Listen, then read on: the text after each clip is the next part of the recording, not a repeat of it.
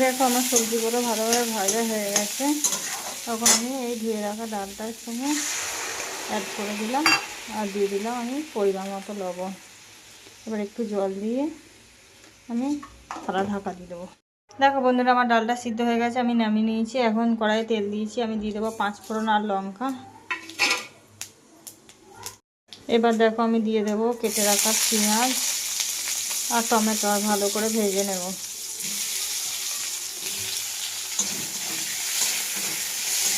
আর এখানে আমি নিয়ে নিয়েছি ধনে পাতা কুচিগুলো, আমি ডালে দিয়ে দেবো আর দিয়ে দেবো একটু পরিমাণ মতন হলুদ। এগুলো ভালো করে ভাজা হয়ে গেলে আমি ডালটা অ্যাড করবো। দেখো আমার পেঁয়াজ আর টমেটো ভালো করে ভাজা হয়ে গেছে। এখন আমি এখানে সিদ্ধ করে রাখা সবজি ডালটা অ্যাড করে দিলাম। এটা ভালো করে ফুটিয়ে নেবো, তাহলে আমার কলাই আর মটরশুঁটি, কলাই আর আলু দিয়ে সবজি ডাল পুরো রেডি। দেখো বন্ধুরা আমার সবজির ডাল পুরো রেডি।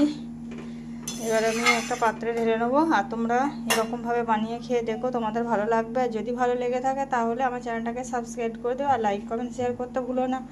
ঠিক আছে, চলো বন্ধুরা, টাটা।